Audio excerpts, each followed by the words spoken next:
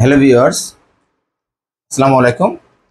আজকে আমরা এখন একটা ছোট্ট একটা বীজগণিত শিখব। যদি m plus m by one equal to 5 হয়, তাহলে m cube plus m cube by one equal to কত? এটা খুবই সহজ একটা অঙ্ক। এটা 4-5 লাইনের একটা অঙ্ক। এই 4-5 লাইনের অঙ্কগুলোই পরীক্ষায় চলে আসে। দেখা যায় তোমার অ্যান্সার বের করতে খুব শর্টকাটে করে অ্যান্সারগুলো বের করে আমাকে খাতায় লিখতে হয় বা বৃত্তপাত করতে হয়।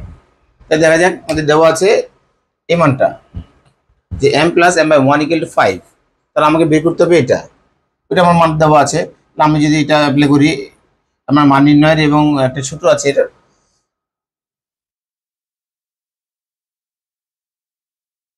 আমরা জানি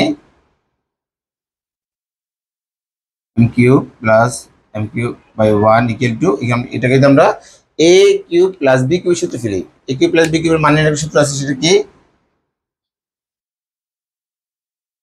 a plus b whole cube minus 3a b into a plus B.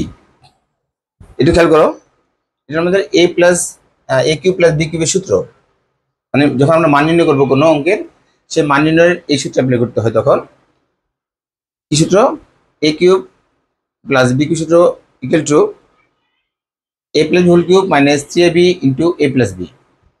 এখন আমরা এখানে মান বসাই দিই, m plus m by one equal to 5, তাহলে 5 হোল কিউব মাইনাস 3, এখানে m কাটা 3, আর এটার মান কত? 5 ইন্টু 5, তাহলে কি দাঁড়াচ্ছে? 25 উপর কিউব মানে 25, 5 3 বার গুণন, 5 গুণন 5 গুণন 5 কত আসছে? 5 5 25, 5 25 125, 5 25 125, 125 মাইনাস 3 5 15 সমান 110। তাহলে অ্যান্সার কত? 110। কয় লাইনে হয়ে গেল?